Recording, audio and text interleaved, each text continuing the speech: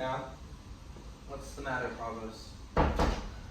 Is it your will Claudio shall die tomorrow? Did not I tell thee, yea? Hadst thou not ordered? Why dost thou ask again? Lest I may be too rash. Under your good correction, I have heard it said, when after execution judgment hath repented o'er his doom. Go to. Let that be mine. Do you your office, or give up your place, and you shall be spared. I crave your honor's pardon. What shall be done with the groaning Juliet? She's very near her hour. Dispose of her a more fitting place, and that with speed.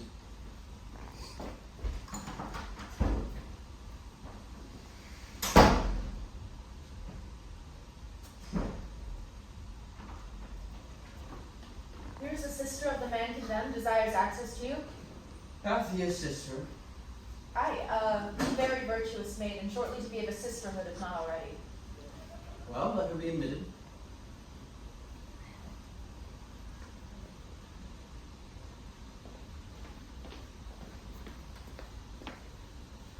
You're welcome. What's your will? I am a wordful suitor to your honor. Please bid your honor hear me. Well, the matter. There is a vice that most I do uphold, and most as I should make a blow of justice, for which I would not plead, but that I must, for which I must not plead, but that I am at war twixt will and will not. Well, your suit. I have a brother is condemned to die. And to beseech you, let it be his fault and not my brother's. Condemn the fault and not the actor of it. Why? Every fault's condemned ere it's be done. Mine were the very cipher of a function, to find the faults whose fine stands in record and let go of by the actor. Just but severe law. I had a brother then. Heaven keep your honor. Give it not or so? Do him again. Entreat him. Kneel down before him. Hang upon his gown. You are too cold. If you should meet a pig, you could not with more tame a tongue desire it. To him, I say. Must he needs die? Maiden, no remedy. Yes, I do think that you might pardon him, and neither heaven nor man grieve at the mercy. I will not do it. But can you, if you would? Look, what I will not do, that I cannot do. But might you do it and do the world no wrong, if so your heart were touched with that remorse as mine is to him? He's sentenced. 'Tis too late. You are too cold. Too late? Why? No, I that do speak a word may call it back again. Well, believe this, no ceremony that to great ones longs, not the king's crown, nor the deputed sword, the marshal's truncheon, nor the judge's robe become them with one half so good a grace as mercy does. If he had been as you, and you as he, you would have slipped like him. But he as you would not have been so stern. Pray you be gone. I would to heaven I had your potency, and you were Isabel. Should it then be thus? No, I would know what 'twere to be a judge, and what a prisoner. I touch him, there's the vein. Your brother is a forfeit of the law, and you but waste your words. Alas, why are all the shots that were forfeit once, and he that might the vantage best have took, found out the remedy? How would you be if he which is the top of judgment should but judge you as you are? Think on that, and mercy that will breathe within your lips like man humane.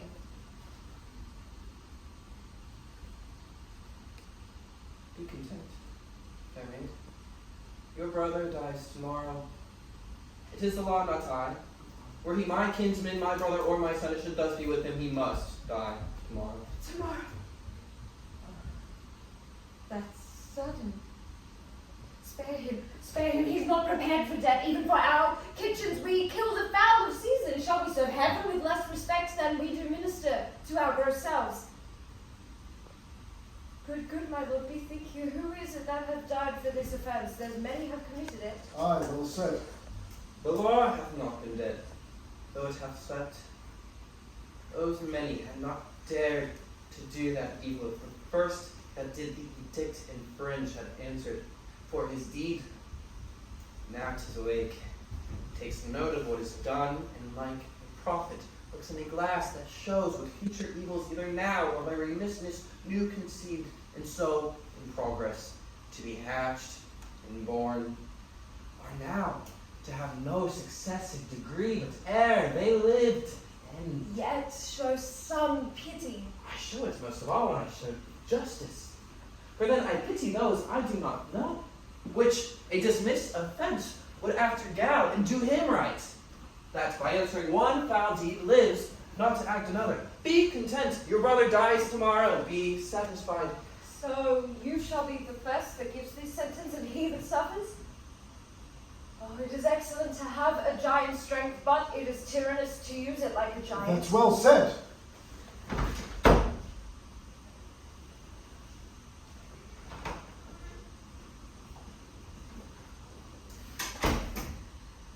Could great men thunder as Jove himself does, Jove would never be quiet. For every pelting petty officer would use his heaven for thunder, nothing but thunder.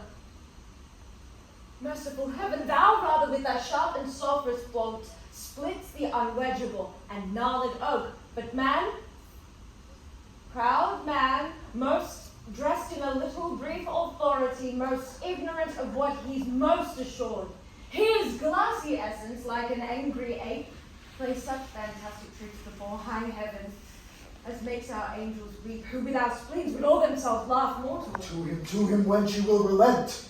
Great men may jest with saints, 'tis within them, but in the less foul profanation. Thou art in the right, girl, more of that. That in a captain's but a choleric word, which in the soldiers is flat blasphemy. Why do you put these sayings upon me? Because authority, though it's like others, hath yet a kind of medicine in itself that skins the vice to the top. Go to your bosom. Knock there and ask your heart what it doth know that's like my brother's fault, if it confess a natural guiltiness, such as is his. Let it not sound a thought upon your tongue against my brother's life. She speaks, and 'tis such sense that my sense breeds with it. Fare you well. Gently, my lord, turn back. I will bethink me. Come again tomorrow. Hark how I'll bribe you. Good my lord, turn back. How, bribe you? With such gifts as heaven shall share with you, not with fond shackles of the tested gold or stones whose rate are either rich or poor as fancy values, but with true prayers, prayers from that shall be up in heaven and enter there ere sunrise, prayers from preserved souls, from fasting maids whose minds are delicate to nothing temporal. Well, come to me tomorrow. Go to, 'tis well, away. Heaven keep your honor safe. Amen. For I am going that way toward temptation where prayers cross. At what hour tomorrow shall I attend your lordship? Any time before noon. Save your honor.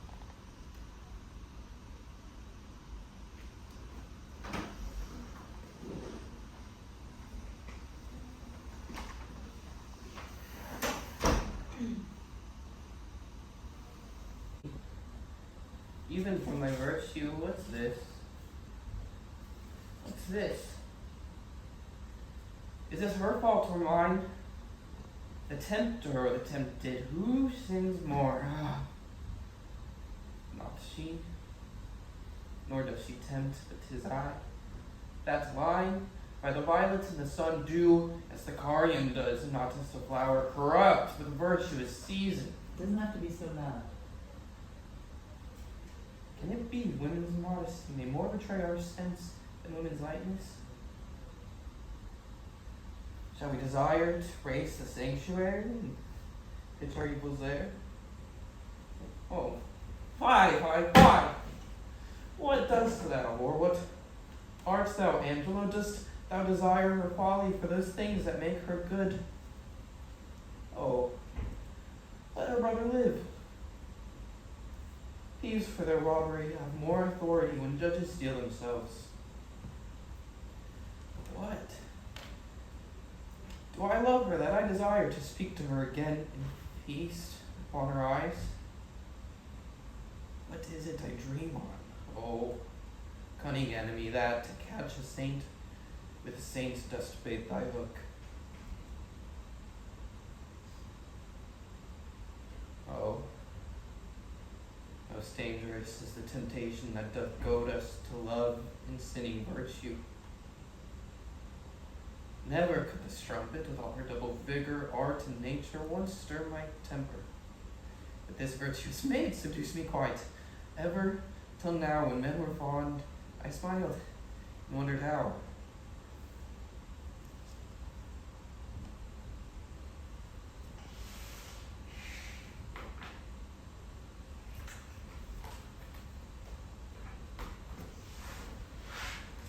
So how did that feel? More truth.